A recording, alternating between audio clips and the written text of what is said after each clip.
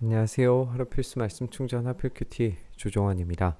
오늘 함께 나눌 하나님 말씀은 신명기 16장 18절에서 17장 13절까지 말씀입니다. 당신들은 주 당신들의 하나님이 각 지파에게 주시는 모든 성읍의 재판관과 지도자를 두어 백성에게 공정한 재판을 하도록 하십시오. 당신들은 재판에서 공정성을 잃어서도 안 되고 사람의 얼굴을 보아 주어서도 안 되며 재판관이 뇌물을 받아서도 안 됩니다. 뇌물은 지혜 있는 사람의 눈을 어둡게 하고 죄 없는 사람을 죄인으로 만듭니다. 당신들은 오직 정의만을 따라야 합니다. 그래야만 당신들이 살고 주 당신들의 하나님이 당신들에게 주시는 땅을 당신들이 차지할 것입니다. 재판관과 지도자들은 공정한 재판을 해야 합니다. 정의와 공의를 실행하는 것이 이들의 책임입니다. 정의와 공의는 하나님의 성품과 관련되어져 있죠. 하나님은 정의와 공의의 하나님이십니다. 이 정의와 공의를 왜곡시켜서는 안 됩니다. 이 왜곡을 가지고 오는 것은 뇌물이라고 이렇게 설명이 되고 있는데요. 우리는 잠언과 전도서에서 이 뇌물이 지혜로운 자들을 병들게 만든다라고 하는 표현도 읽어볼 수가 있습니다.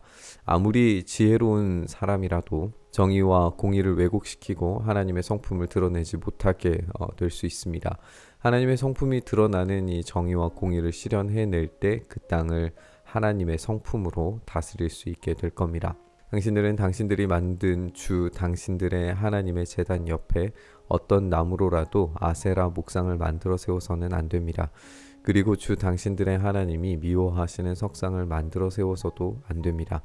당신들은 흠이 있거나 악질이 있는 소나 양을 주 당신들의 하나님께 제물로 바쳐서는 안 됩니다.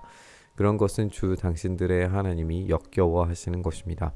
주 당신들의 하나님이 당신들에게 주시는 성읍 안에서나 당신들 가운데서 남자이든 여자이든 주 당신들의 하나님의 눈에 거슬리는 악한 일을 하여 그의 언약을 깨뜨리고 다른 신들을 찾아가서 섬기며 내가 명하지 않은 해나 달이나 하늘의 모든 천체에 엎드려 절하는 사람이 생길 것입니다. 이런 일이 당신들에게 보고되어 당신들이 알게 되거든 당신들은 이것을 잘 조사해 보아야 합니다.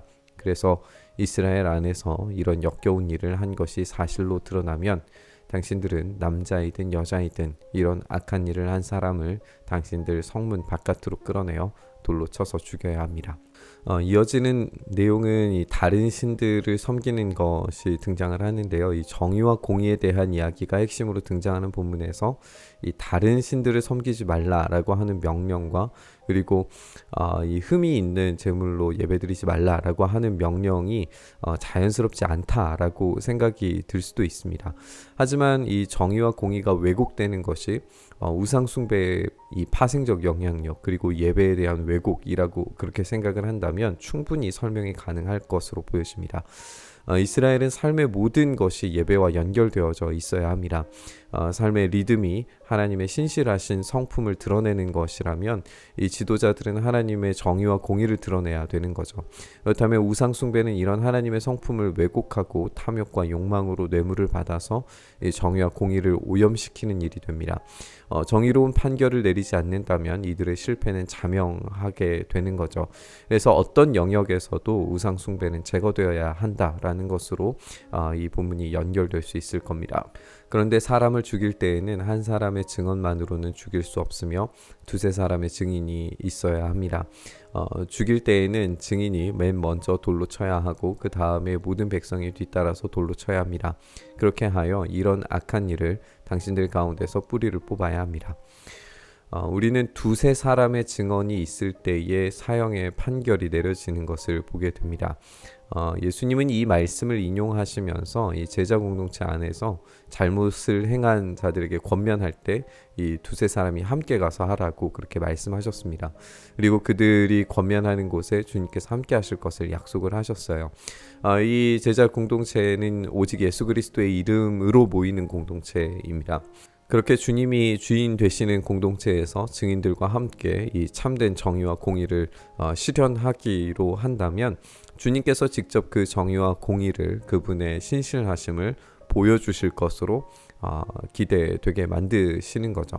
당신들이 사는 성 안에서 피 흘리는 싸움이나 서로 다투는 일이나 폭행하는 일로 당신들에게 판결하기 어려운 분쟁이 생기거든 주 당신들의 하나님이 택하신 곳으로 그 사건을 가지고 올라가서 제사장인 레위 사람과 그때 직무를 맡고 있는 재판관에게 가서 재판을 요청하면 그들이 당신들에게 그것에 대한 판결을 내려줄 것입니다.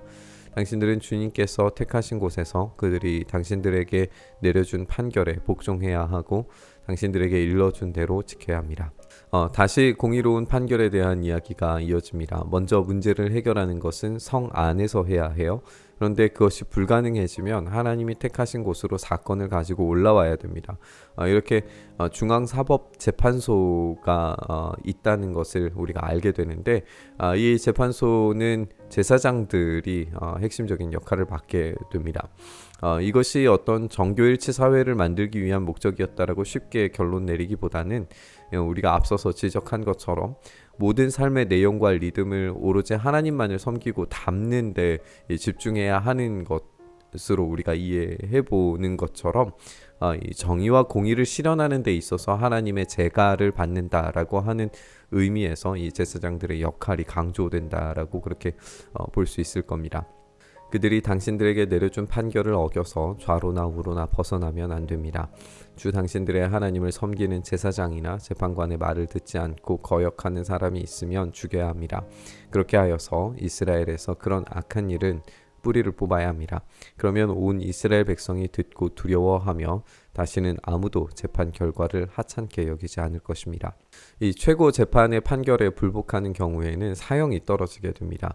한마디로 이 최고 재판소는 하나님의 권위를 위임받은 것으로 볼 수가 있는 거죠.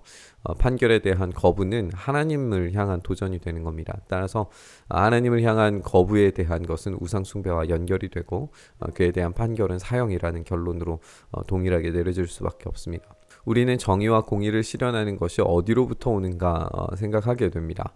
우리의 정의와 공의는 오로지 하나님께로부터만 온다라고 인정할 수밖에 없습니다. 인간의 오염된 상태는 이 우상숭배적이어서 언제나 하나님을 떠난 결정 또 탐욕과 욕망을 근거로 하는 결정을 내릴 수밖에 없습니다. 물론 모든 사법체계와 인간의 기본 상태가 악하다라고 단정할 수는 없지만 그것이 영원토록 지속될 수 있는지의 여부는 전혀 다른 이야기죠. 따라서 우리의 소망과 기대는 하나님의 나라가 속히 임하는 겁니다.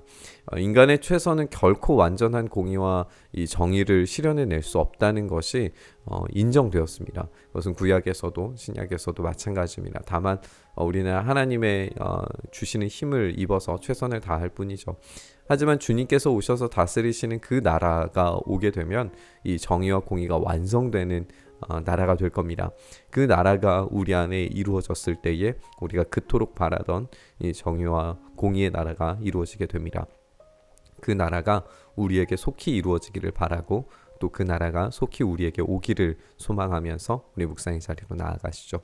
우리의 삶 전체가 우리의 삶 전부가 주님의 정의와 공의의 나라 안에 속하길 소망합니다. 주님 어서 오셔서 우리 안에 그 일을 행하시며 주님의 놀라우신 다스리심과 통치 아래 살아가는 우리의 삶 되게 하여 주시옵소서.